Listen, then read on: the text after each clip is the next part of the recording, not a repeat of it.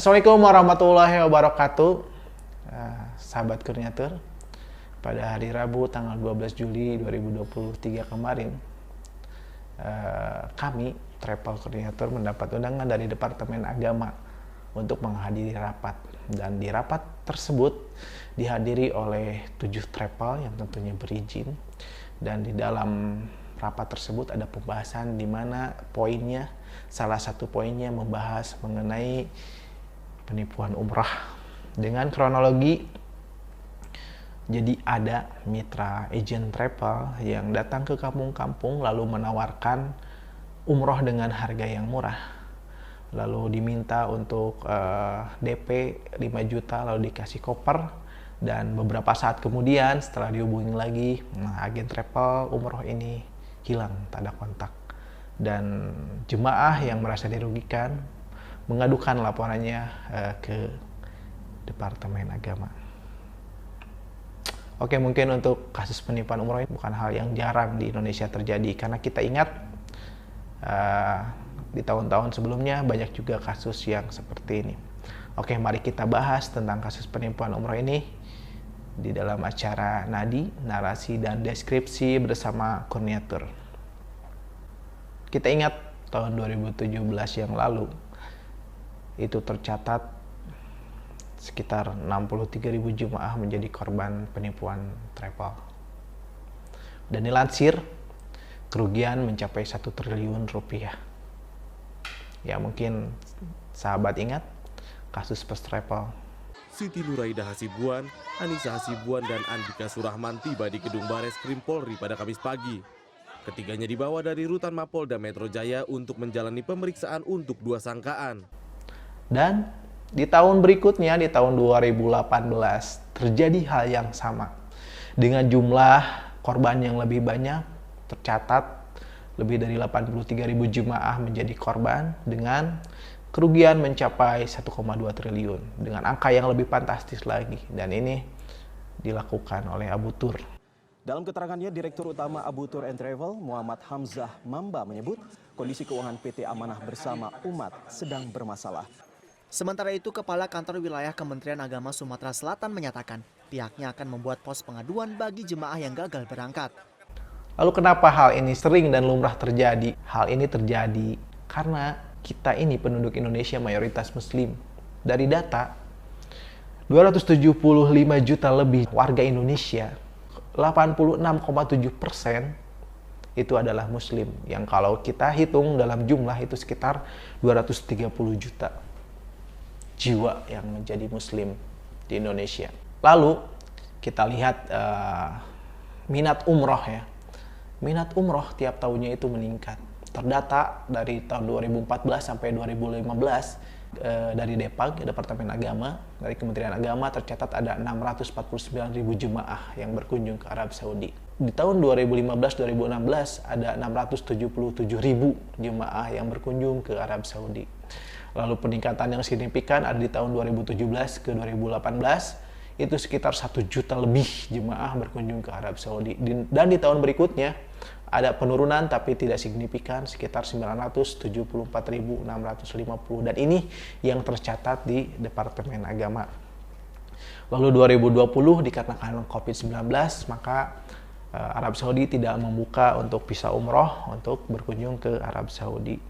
Dan luar biasanya, mungkin karena haji dihentikan, maka pada tahun 2022, tepatnya 8 Januari 2022 sampai dengan akhir tahun, tercatat ada 1.006.306 jemaah Indonesia berkunjung ke Arab Saudi. Ini angka yang sangat signifikan. Dari peningkatan ini kita bisa tahu bahwa dari 2014 sampai saat ini 2022, umroh merupakan ladang usaha yang menjanjikan. Di mana dari waktu ke waktu itu, maka banyak travel-travel baru mendirikan perusahaannya, baik yang berizin maupun tidak berizin. Dari data Departemen Agama sampai saat ini, yang berizin itu travel di Indonesia ada 2047. Dan kenapa angka umroh ini terus meningkat dari waktu ke waktu?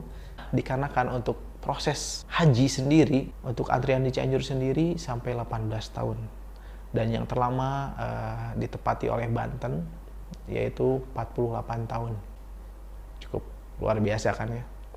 Dari data ditujukan bahwa banyak yang kena tipu itu adalah orang-orang yang usia lanjut, lalu berada di pelosok-pelosok, mereka pada usia matang untuk beribadah, dan sangat rindu akan Baitullah untuk menyempurnakan rukun Islam mereka yang kelima.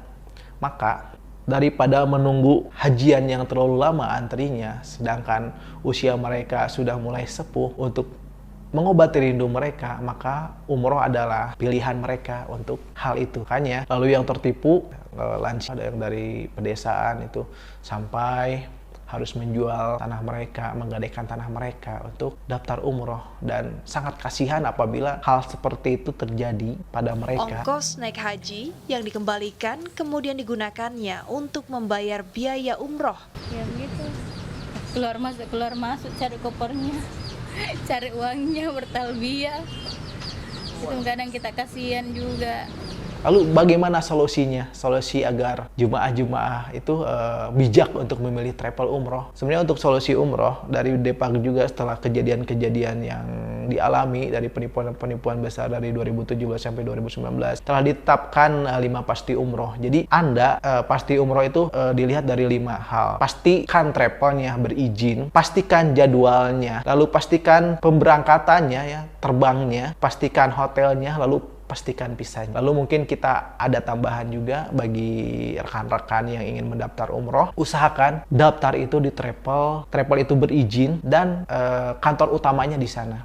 Jadi bukan cabang, kantor utama di sana. Itu lebih baik untuk menghindari kalau misalnya terjadi penipuan seperti itu, maka akan lebih mudah untuk prosesnya karena Anda kenal. Lalu lebih baik lagi kalau misalnya Anda kenal pemiliknya, lalu Anda kenal track recordnya gitu, bisa tanya-tanya dulu ke tetangga atau orang yang pernah melaksanakan umroh di travel tersebut. Jadi cari testimoninya, apakah travel itu bagus dalam pelayanannya, bagus dalam aspek hotelnya, dan lainnya selama di sana. Itu akan lebih memastikan Anda untuk merasa nyaman saat untuk mendaftar ke travel tersebut. Lalu kalau misalnya lebih bagus lagi, data-data seperti kwitansi dan yang lainnya itu Anda pegang gitu. Terus lebih baik lagi kalau misalnya Anda daftar tidak melalui agent.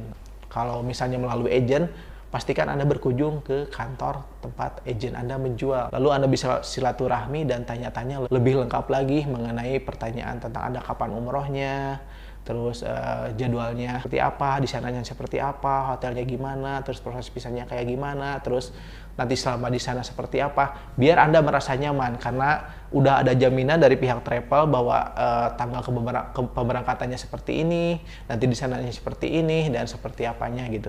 Terus kalau misalnya Anda kenal dengan orang travelnya, itu lebih enak gitu, bisa Anda minta nomornya. Terus kalau misalnya ada apa-apa, Anda bisa hubungi pihak travelnya atau karyawan travelnya untuk lebih memastikan lebih enak lagi kepada jemaah, kepada sahabat yang ingin mendaftar. Tentukan lagi, pertama, travelnya harus berizin. Kedua, jadwalnya pasti, kapan-kapannya. Jangan sampai kejadian yang dulu terjadi, umroh 15 juta, tapi keberangkatannya tidak pasti. Terus dijanjiin bulan segini, diundur lagi. Itu mungkin Anda sedang terkena penipuan travel ya.